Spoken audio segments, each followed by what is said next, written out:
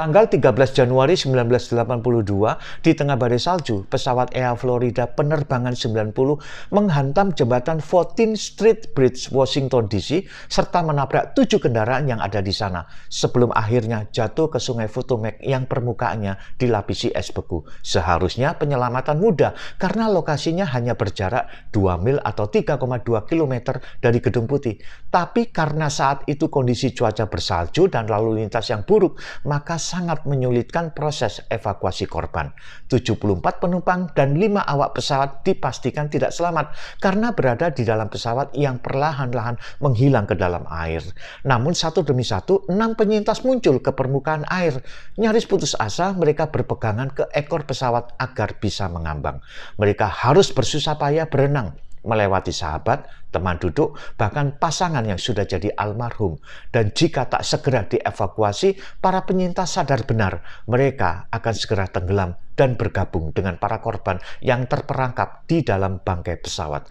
Ada 6 orang yang dalam keadaan tidak baik-baik saja karena ada yang retak tangan, retak kaki, atau keduanya. Tangan mereka yang beku mencengkeram ekor pesawat yang licin. Beruntung, sebuah helikopter polisi datang dan segera memulai operasi penyelamatan yang amat beresiko. Helikopter tersebut menjatuhkan pelampung dekat seorang pria. Tapi anehnya, pria ini tidak langsung memakai pelampung tersebut, tapi diberikan kepada orang lain. Lalu pelampung dijatuhkan lagi. Lagi-lagi pria ini tidak memakainya sendiri, tapi diberikan lagi kepada orang lain. Demikian berulang hingga 5 kali. Sampai giliran tidak ada lagi orang lain dan hanya tinggal pria misterius tadi di sungai yang beku itu, tiba-tiba bagian ekor pesawat yang masih di atas permukaan sungai itu bergerak dan tenggelam, menyeret pria misterius tersebut ke dalam pusaran air. Pria itu lenyap di bawah permukaan es. Tak ada satupun yang tahu siapa pria misterius yang mengorbankan dirinya dan selalu mengoper pelampungnya hingga 5 kali sampai dia sendiri tenggelam. Seandainya dia tidak memikirkan orang lain, seandainya dia langsung meraih pelampung itu dan diangkat oleh helikopter, dia pasti akan tetap hidup. Jutaan pemirsa televisi yang terpaku menyaksikan tayangan langsung penyelamatan para korban dari sungai Potomac juga tak mengenalinya. Namun petugas forensik akhirnya menemukan petunjuk penting. Dari 74 jasad yang dievakuasi, hanya 1 orang dengan paru-paru penuh air. Orang itu adalah satu-satunya yang berhasil keluar dari pesawat, namun tak lolos dari sungai Potomac. Namanya adalah Arlan Williams Jr.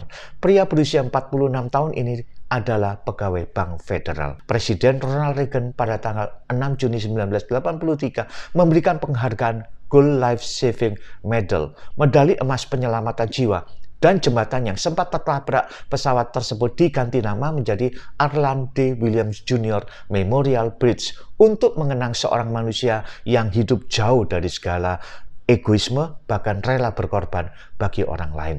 Ketika dunia saling berebut untuk mendaki hingga ke puncak tahta, bahkan menendangi orang lain, namun jika masih ada orang yang rela berkorban bagi sesamanya, seperti Arlan, betapa indahnya dunia ini.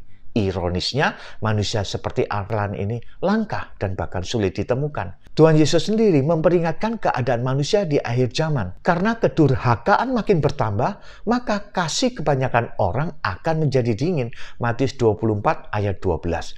Dan Yesus mengajarkan kita untuk hidup di dalam kasih. Mengasihi tanpa syarat seperti Kristus yang mengasihi dan berkorban buat kita orang berdosa. Efesus 5 ayat 2 berkata, dan hiduplah di dalam kasih sebagaimana Kristus Yesus juga telah mengasihi kamu dan telah menyerahkan dirinya untuk kita sebagai persembahan dan kurban yang harum bagi Allah. Kiranya Tuhan memampukan kita semua untuk hidup di dalam kasih dan membagikan kasih Kristus itu kepada dunia yang penuh dengan kebencian ini. Amin.